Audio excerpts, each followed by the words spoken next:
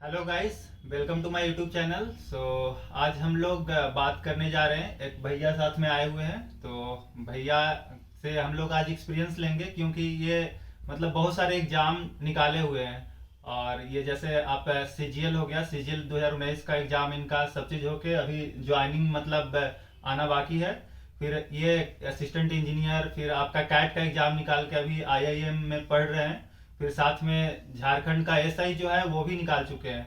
तो हम लोग भैया से एक्सपीरियंस ले हैं कि हाँ मतलब वो कैसे मतलब क्या कर रहे थे, इतना मतलब अच्छा अच्छा एग्जाम निकाल के आज यहाँ पे हैं। तो हम लोग इनसे पूरा बैकग्राउंड जानते हैं कि हाँ कैसे हैं, क्या कैसे मतलब किए हैं। ठीक है, तो हेलो भैया। हाय। तो आप अपना थोड़ा इंट्रोडक्शन और एजुकेशनल बैकग्राउंड बताइएगा तो लोगों को। हमारा नाम आकाश है और हम रांची से हैं, झारखंड। तो हमने 10th तक सोमनाथ सिंह स्कूल में पढ़ाई की और सीबीएसई बोर्ड था हमारा। उसके बाद 12th भी सीबीएसई बोर्ड से।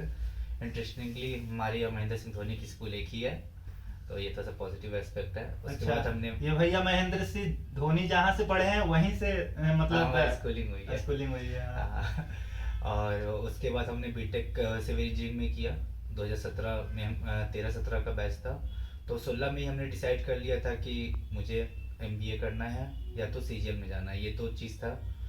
और उसके बाद फिर मैंने कोशिश की, बट फर्स्ट टाइम पे नहीं हो पाया था। बट हाँ, उस समय झारखंड सब इंस्पेक्टर 2017 वाला मेरा क्लियर हो गया था।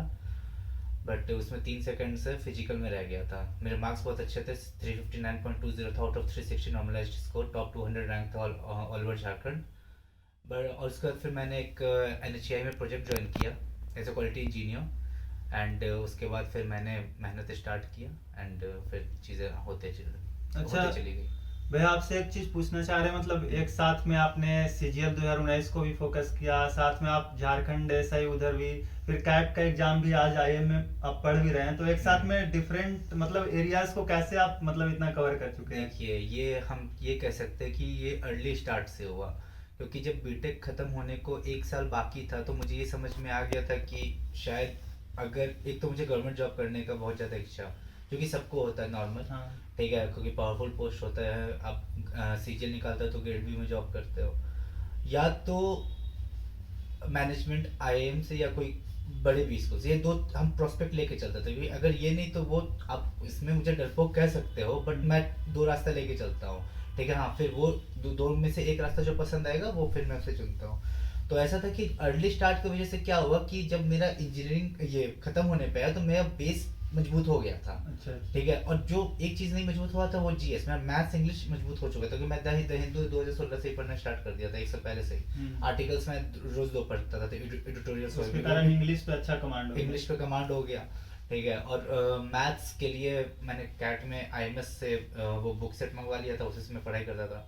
तो इस वजह से 1 महीना बाद ये झारखंड सब इंस्पेक्टर का पेपर हुआ था और वो निकला, और जब उसमें टॉप 200 रैंक आए तो कॉन्फिडेंस अंदर से आ गया। गया। अच्छा, उसमें टॉप 200 आपने रैंक लाया? हाँ, नॉर्मलाइज को मैं 359.20 था आउट ऑफ 360। अच्छा। तो टॉप 200 रैंक था। वो थोड़ा सा फिजिकल में 3 सेकंड से रह गया था, तो उसका दुख रहता है। बट हाँ, उस वजह से आज मैं और ऊपर जगह पे हूँ। अच्छा। और फिर उसका फिर जॉब ज्वाइन किया था, तो उसके बाद क्या था कि मैं बेस था, तो इस वजह से मैंने सीजीएल पे, बेसिकली मुझे सीजीएल में ही जाना था। बट आईएम की हिस्ट्री में इसलिए अब बताता हूँ, क्योंकि आईएम, जैसे मैंने स्टार्टिंग बोला कि आईएम के मैथ्स टफ आते हैं, राइट। अच्छा। ठीक है, और इंग्लिश तो, और सीजीएल में मतलब थोड़ा सा सिलेबस दोनों का डिफरेंस जरूर है, बट जो इंटेंट होता है वो सेम होता है। अच्छा। तो इसकी वजह से मैंने कैट पे फोकस किया।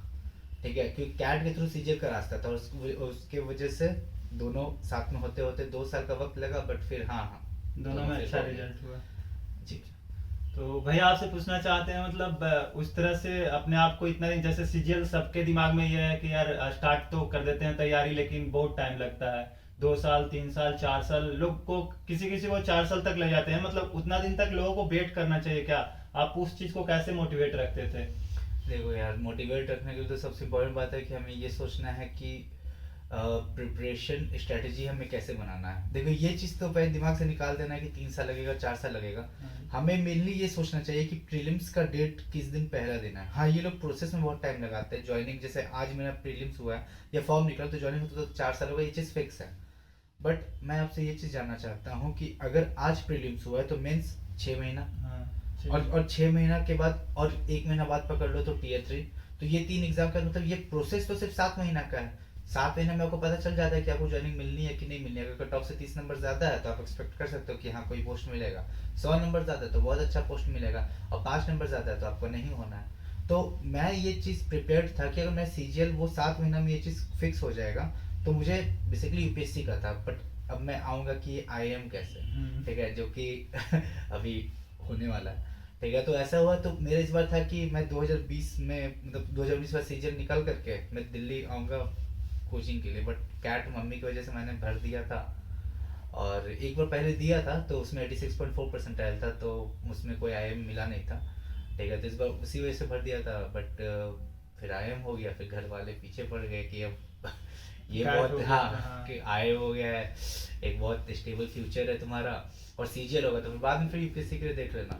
पर बेसिकली मैं ये सोचता था कि 7 महीने के बाद बाकी जब तक ज्वाइनिंग नहीं आएगा मैं दिल्ली आके यूपीएससी की कोचिंग करूंगा, मतलब कह सकते हो। हाँ, सबको अंदर से स्टार्टिंग में वही रहता है, तो- यूपीएससी करना है, मतलब पोस्ट उसमें ये है, तो हाँ, सबको मतलब सीजीएल भी एक बहुत बड़ी एग्जाम है। बट क्या होता है कि सीजीएल भी हो गए प्रमोट, मैं 20-25 साल बाद उसी रैंक में होऊंगा, हाँ। तो क्यों ना मैं उस चीज को अभी ट्राई करूं। वो भी बात है। जी। तो वही मतलब अगर लड़का लोग जो होता है स्टार्टिंग में मतलब क्या करता है, तैयारी तो करता है 2 साल 2 महीना 4 महीना करने के बाद वो मतलब डेविएट हो जाता है कि नहीं यार, लोगों को मतलब आजकल दिल्ली में यही चल रहा है कि मतलब दूसरे लोग क्या कर रहे हैं कि मतलब ऐसा कर रहे हैं यार, सीजीएल ऐसा है, मतलब बहुत सारा बदनामी हो गया है, ये चीज नहीं हो रहा है, इसमें ये चीज मैं कमी एक है। चीज ऐड करना चाहूंगा कि ये जो रिजल्ट्स आपने बोले 4-5, हम्म। बट इन रिजल्ट्स के पीछे नंबर ऑफ एग्जाम्स मैटर करता है, ये कितने हुए, अच्छा। और वो थे 15-16। ये तो बड़ी बात है। आपको हार नहीं माननी है। हाँ, एक चीज मैं बोलूंगा कि आप 1 साल से, या 1 साल आई should say 8 months to 12 months pure CGL को दे दो, पूरा एनर्जी सीजीएल को दे दो आप, और कम से कम 100-150, अगर एग्जाम नहीं भी है तब भी दे दो। ठीक है, आपका सिलेबस कंप्लीट हो जाएगा। उसके बाद आप फॉर्म्स हर जगह का डालो।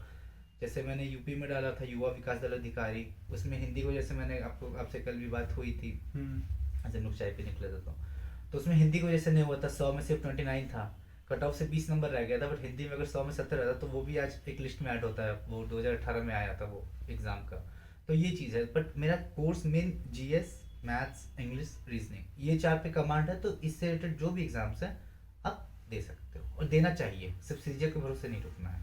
हाँ, तो मतलब आप लोग को ये सोचना होगा कि मैंने पहले सब्जेक्ट मैटर को पूरा मजबूत करना है, जो सब्जेक्ट है आपको उस पर कमांड कर ले, ठीक है। बिल्कुल। तो अभी यार जैसे जो नए स्टूडेंट्स अभी मतलब यहाँ पे आ रहे हैं या आने के लिए सोच रहे हो, तो मतलब उन लोग के लिए आप मतलब क्या उन लोग को सजेस्ट करिए, जैसे बिगनर रहते हैं तो उन लोगों को कुछ पता नहीं चलता है, तो आके कैसे स्टार्टिंग मैंने तैयारी मतलब खुद से कैसे देखो, करें। मैं ये बोलना चाहूंगा कि सीजीएल का अगर मैं अभी टीयर 3 नहीं लेता हूँ, तो टीयर 1 और टीयर 2, टीयर 1 200 मार्क्स का होता है, टीयर 2 400 मार्क्स का होता है, तो in total 600 marks.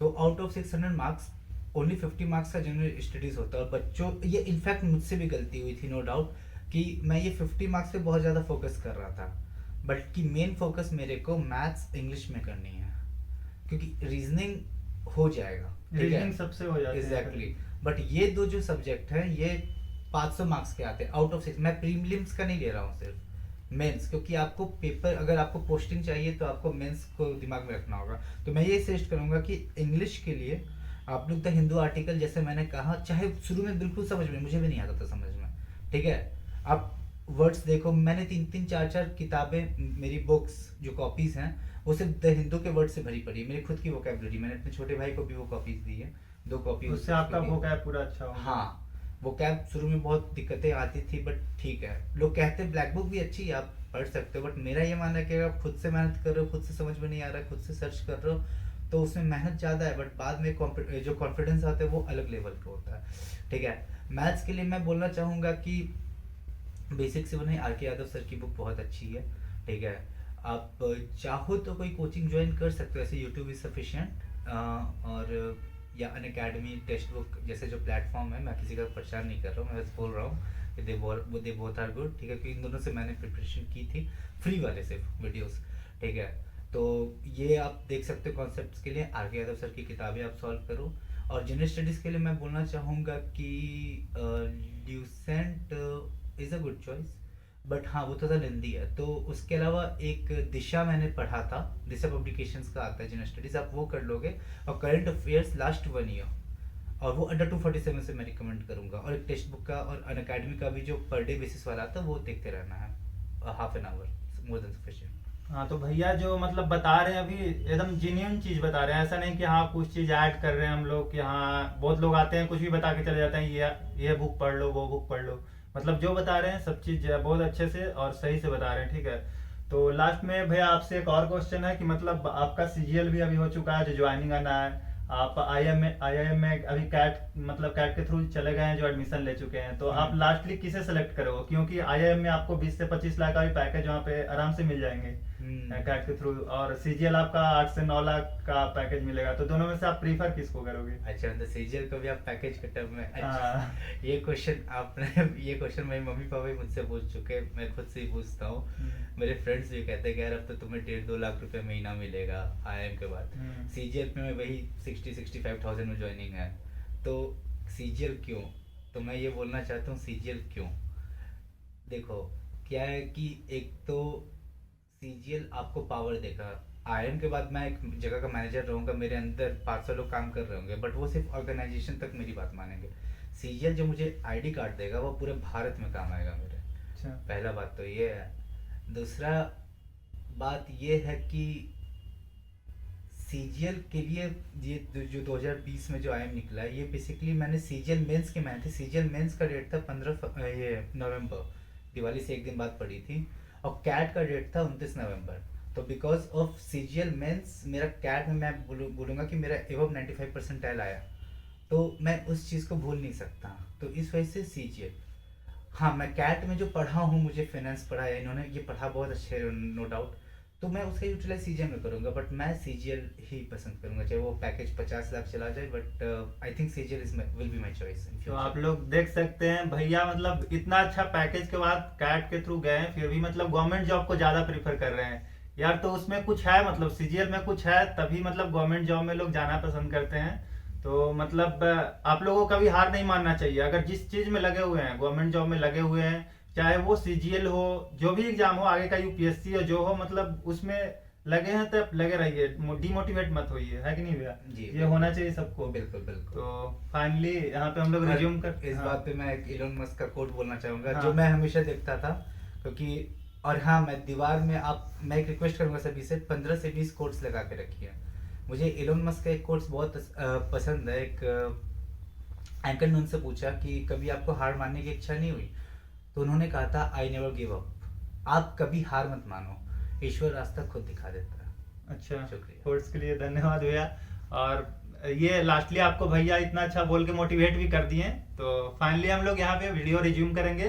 Thank you for this videos and don't forget to subscribe my YouTube channel Shashi Yadav blogs. Thank you भैया। Thank you.